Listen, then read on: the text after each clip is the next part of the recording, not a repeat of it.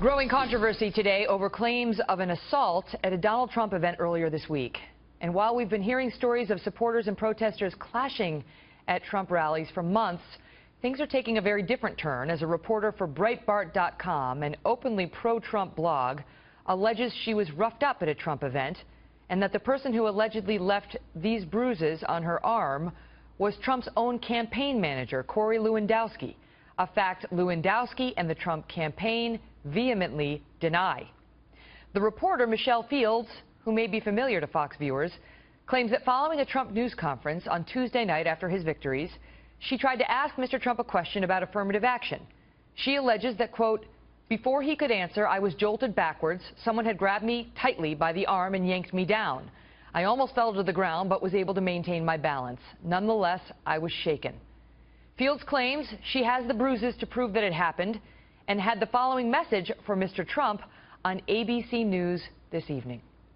Honestly, it's been really hurtful because obviously no one wants to be touched and violated like that. If you had a chance to talk to Donald Trump right now, what would you say to him?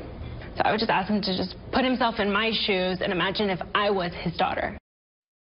Washington Post reporter Ben Terris says that he witnessed this incident and claims it was indeed Trump campaign manager Corey Lewandowski that assaulted Ms. Fields. Lewandowski again strongly denies the charge and has attacked Michelle Fields as an attention seeker. The Trump campaign has issued a statement flatly denying the incident took place, saying the campaign staff would never do anything to harm another individual, adding, quote, not a single camera or reporter of more than 100 in attendance captured the alleged incident.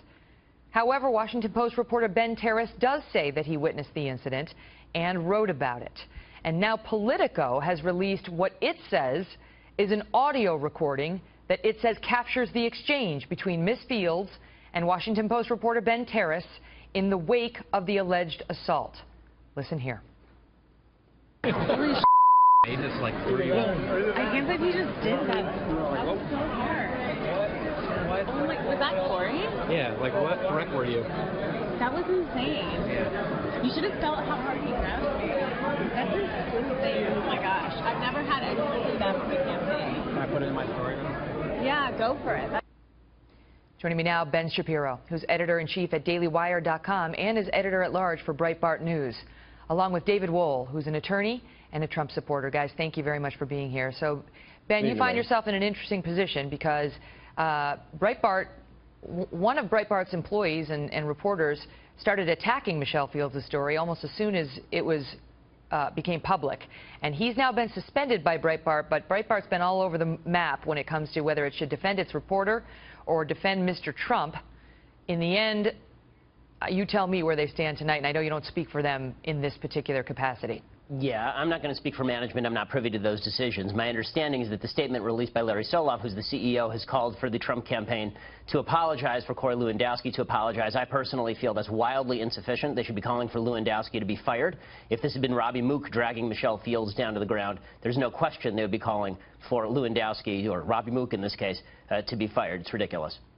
So what do you make of the pushback that the Trump campaign has done against Michelle? Because Corey Lewandowski's going after her and hard, suggesting that she's an attention seeker. He says she was assaulted at the NYPD by the NYPD during Occupy protests. He asks professional reporter or attention seeker, and listed a couple of examples of her reporting suggesting what she really wants is attention.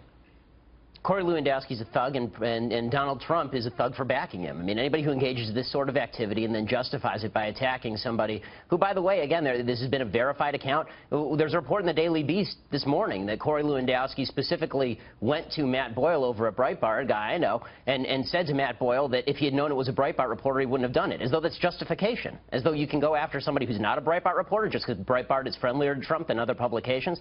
It's just, the whole thing is absurd, and the fact that the Trump campaign continues to play this game where they put out not just violent rhetoric, but in this case, a campaign manager engaging in allegedly violent action, and then they won't even step down to apologize. It's beyond disgusting. It really is. It's gross. David, what do you make of it? Because, you know, in light of the audio that Politico is reporting and the pictures and her testimonial, I mean, as a lawyer, how do you see it? Yeah, you know, Megyn, I got to say, this whole thing from the beginning doesn't look good to me. The reality is there were dozens of people around. No one apparently saw it other than this one Washington Post reporter. There were 100 cameras. None of them caught anything. And, Megyn, I've had cases like this in the past, and they really trouble me. Rather than making a formal report to the Trump campaign, rather than filing a police report, what do? They put Lewandowski and, by association, Donald Trump on trial in the court of social media, where there is no burden of proof. So you can get on there, you can go on Twitter, and at the end of that tape, if you listen closely, the reporter said, I'm going to make a story out of this tomorrow morning, and that's exactly what he did. And this was a reporter that clearly has an axe to grind with Donald Trump. He made he wrote a story that was very dismissive, very demeaning.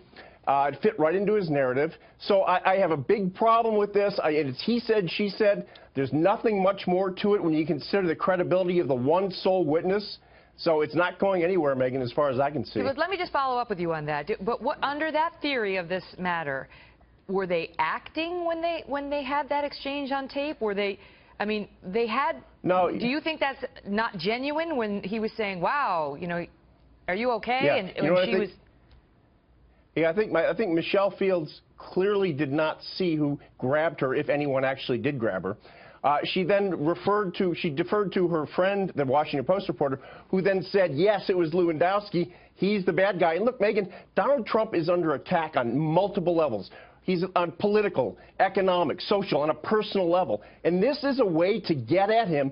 And I'm sure, and my feeling is that reporter knew that. And the reality is, if it was a real legitimate assault or battery, you file a police report, you don't tweet it out, and then 36 hours later, tweet out pictures of bruises that you say Lewandowski caused. I'm just not buying it, Megyn. Ben. I'm just not. You know, Michelle.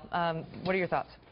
This is disgusting. How repulsive are you people? I had a conversation with Michelle for an hour last night where she told me this whole story. I did encourage her to go to the police. She was 2 hours from a police station. She has work to do today. You'll have to ask her why she didn't go to the police, because I strongly urged her to go and file a police report, and I still think that she should. There's no statute of limitations as far as filing a police report within 24 hours last time I checked. But the fact is this. The fact is that she went silent on social media for almost 24 hours. And if the suggestion is that Breitbart News is out to get Trump, have you ever seen Breitbart News? I mean, have you ever viewed its front page? I'm not suggesting that. Breitbart is definitely not out to get Trump. But let me ask you this, David. Bernie Sanders has come out tonight. Let me ask you this question.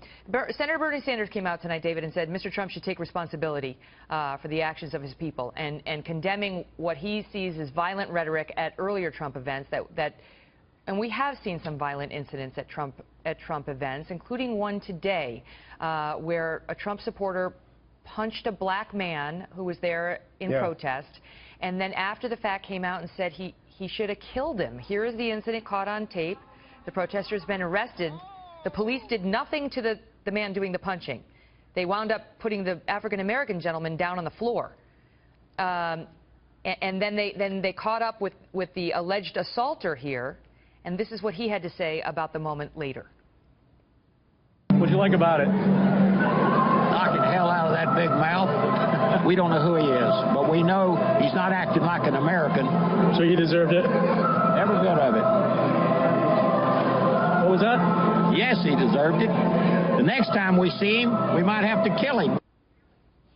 You know, Megyn, Trump isn't responsible for violent lunatics among the crowds that he draws any more than when I go to my beloved Dodger games, the Dodgers are responsible for the occasional fight that breaks out in the stands and someone gets injured. He's just not responsible. Well, for him let to me take ask you about that, David, because what his critics say is that he has engaged in rhetoric that could gin up that kind of anger, and this specifically was circulated a great deal today. Here's Mr. Trump in recent weeks. If you see somebody getting ready to throw a tomato, knock the crap out of them, would you? Seriously. Okay? Just knock the hell. I promise you, I will pay for the legal fees. I promise. I promise. There won't be so much because the courts agree with us, too. I love the old days. You know what they used to do to guys like that when they were in a place like this? They'd be carried out on a stretcher, folks. You know, the guards are very gentle with him. He's walking out like big high fives, smiling, laughing. Like to punch him in the face, I'll tell you. Go ahead, David. Well, you know, what he's saying essentially is if you see somebody preparing to assault me with a tomato, knock the crap out of him. You know, that may be a little bit harsh for some, but in essence, Megan, he's saying that, you know what, protect me. We're all one. We're unified. We're people together. And if someone's going to hit any of us or assault me, then take them out. It's a little bit harsh, but you know what? People appreciate it, and people love him for it. That's the reality. I got to leave it at that, guys. Thank you. Thank you, Megan.